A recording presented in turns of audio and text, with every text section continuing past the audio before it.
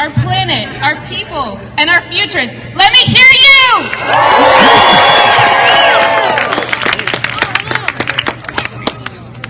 So we cannot thank you all enough for being here today. We want to recognize that this event is taking place on unceded Abenaki land, and take a moment to recognize that this event is not just about us. We are the most co-sponsored event in the history of Dartmouth, with more than 115 co-sponsors. And that's because this is not just about us. It's about everyone. So now we're going to give you a little background about the history of Divest Dartmouth. So, as some of you may know, Dartmouth in the past has divested from tobacco and apartheid and hotels with bad labor practices. 3 years ago, Lee Hiona, Molly Siegel, Frederick Erickson, Morgan Curtis, and some other students started our divestment campaign from fossil fuels. Our official ask is for the college to immediately stop investing in fossil fuels and, over 5 years, phase out its direct holdings in the top 119 dirtiest coal, oil, and gas companies. And it's no longer 200 because Peabody just filed bankruptcy. So since then, we've gone to over 30 of Hanlon's office hours, President Phil Hanlon, president of Dartmouth College. But he's refused to hold a public meeting with us. In the winter of 2014, the administration commissioned a report from the Advisory Committee of Investor Responsibility in order for them to officially consider divestment. The release date has been delayed and stalled, and our claims have been pretty much ignored. And after 3 years of formally trying to work from within the system, our hard work and passion for this cause has been disregarded. After so many years and so many conversations with the administration, we realized that action was the only way the school would consider our claims. If they see how many people, everyone here who cares about this, how many people have put in the time and energy, and how many people feel like they are directly affected by the college's unsustainable investments in the fossil fuel industry, they will have to listen. Without further ado, let's hear from some of our amazing speakers we have lined up today.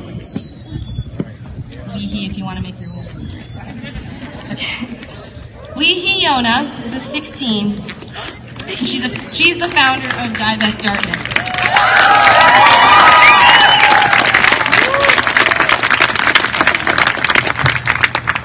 She's from both Canada and Israel and is one of 2 senior fellows, at Dartmouth this year. Leahy has served as both an observer and a youth delegate in the United Nations Framework Convention on Climate Change and Commission on Social Development conferences, and has organized several climate campaigns engaging civil society. She is currently working on writing a book about the intersection of youth activism and climate science. Let's give it up for Leahy!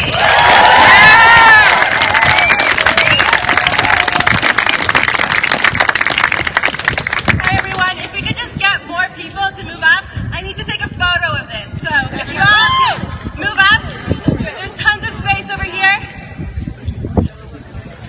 Hold on, I'm tweeting this.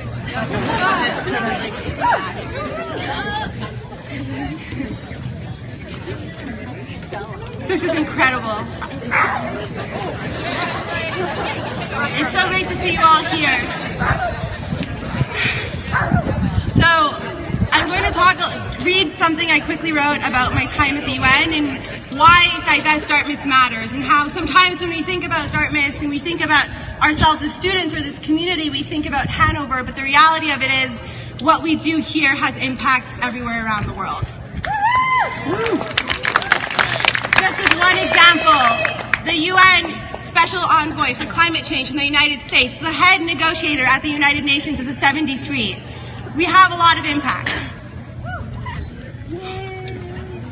I close my eyes and it is so vividly in front of me. I am exhausted, and having to wait in line and pass through United Nations security makes my bones ache. I'm at the UN climate change negotiations in Paris, France, the so-called 21st Conference of the Parties, or COP21. These negotiations have been taking place for more than my entire existence. I'm reminded of the words of Canadian Green Party leader Elizabeth May. These conferences are a reunion aboard the Titanic. This place sucks. The fake carpeting isn't glued to the floor properly, and I keep tripping everywhere I walk. My bag, containing all my various electronics to tweet and blog and write op-eds, feels so heavy on my shoulder that the weight is unbearable. I feel drained. I tell myself that this conference will be different. It has to. I sit in a cold, gray, sterile room. As UN Youth Envoy Ahmed Al-Indawi says, nobody has the right to gamble with your future. We roll our eyes. Young people, friends from the US and Canada and Costa Rica and the Marshall Islands and the UK and Bangladesh all look at each other with the same cynical yet hopeful gaze. We're at the UN conference we are told is going to save us. Left and right, youth are being tokenized, dismissed, co-opted. These negotiations are a last chance to save humanity, we're told. These negotiations are a time when the world must come together to take action, we're told. We don't have time, we're told. This is about your future, we're told. Future generations, we're told. My future. Our future. Our future. I was in Paris when world leaders signed an agreement to act on climate change. I stood in the room where 196 countries signed an agreement that is one small step when we needed to be running marathons. I shed tears with my soulmates, fellow youth from Australia and the Marshall Islands and Canada as we grieved, as we lost all faith in the UN process, as we realized that it was us, not Barack Obama nor Ban Ki-moon, who were going to fight for the future that we as young people deserve.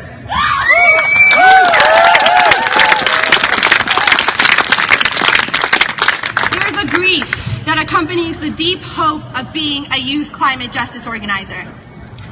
I am torn between celebration and an insurmountable grief. Imagine being told by the most respected, serious, intelligent people that you have no future to live for unless society comes together as one common humanity.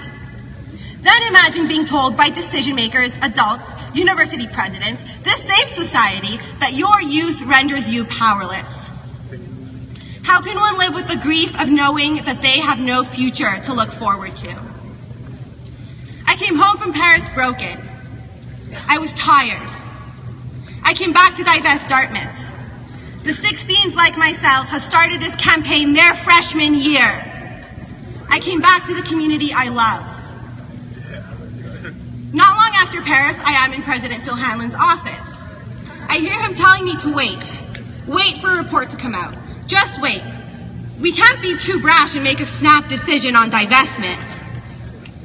If we were to tell me that our campaign would start our freshman fall, and that we would find ourselves our senior spring without a single public on-the-record meeting with the President nor the Board of Trustees, I never would have believed it possible.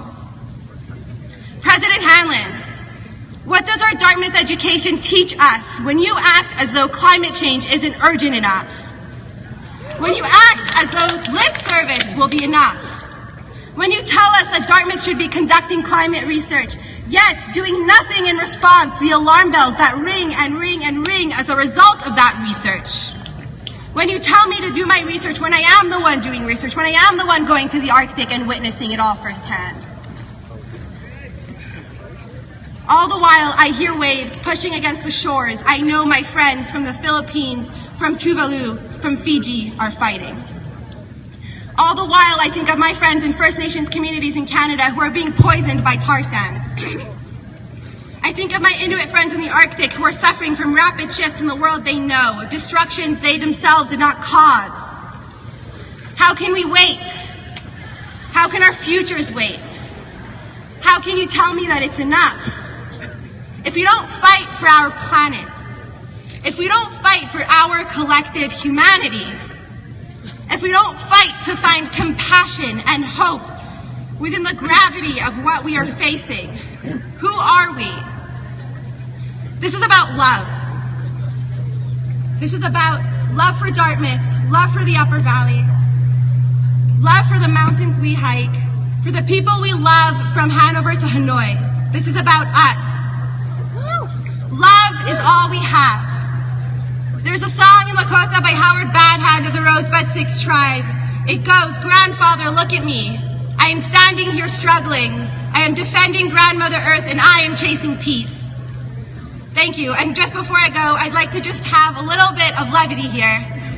So, if we can have everyone on this side of the crowd repeat after me. Say, "We are unstoppable."